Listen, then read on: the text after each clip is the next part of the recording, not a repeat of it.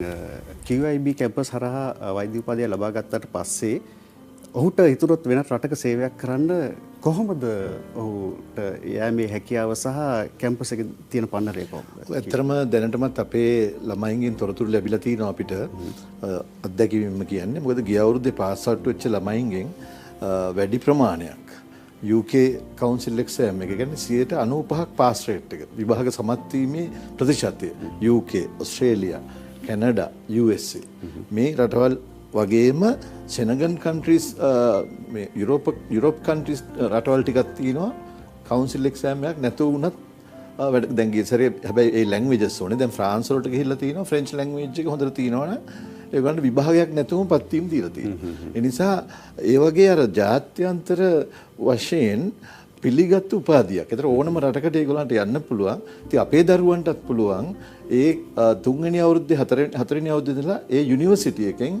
ඒ council exams වල training එකක් දෙනවා. ඒතර ඒක අරගත්තාම ඇත්තටම මේගොල්ලන්ට FRCS කරනවා නම් MRCP කරනවා නම් ඒ වගේ රටක් එල්ල කරගෙන සූදානම් වුණා නම් පෝස්ට් ග්‍රැජුවේට් එක ඒ රටට ගිහිල්ලා කරන්න පුළුවන්. ඉතින් ඒ වගේ අර ඉදිරි ගමනට සැලසුම් කරගෙන කන්සල්ටන්ට් කෙනෙක් වෙන මට්ටමට දක්වා යන්න පුළුවන් හැකියාව. මොකද මේ World Federation of Medical Education කියන ඕගනයිසේෂන් එකේ මෙම්බර් කෙනෙක් තමයි මේ එරවාන් ස්ටේට් මෙඩිකල් යුනිවර්සිටි. ඒතර ඒ නිසා අර වගේ මම කියපු රටවල කවුන්සිල්ස් මේ ඩිග්‍රිය පිළිගන්නවා. හොඳයි ආදරණීය හිතවතුනි ඔබට මතක් කරන්න වැඩි විස්තර දැන ගැනීම සඳහා ඔබට පුළුවන් මෙන්න මේ අංකයන්ට කතා කරලා විස්තර දැන කියා ගන්න.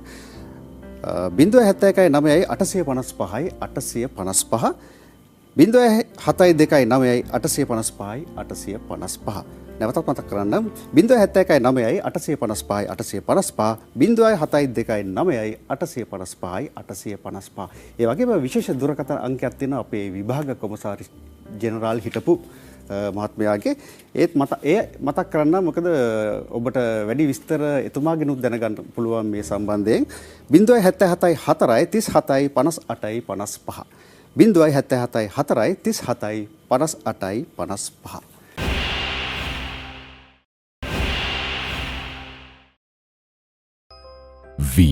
QIB campus makes your future dream come true. We guarantee your future.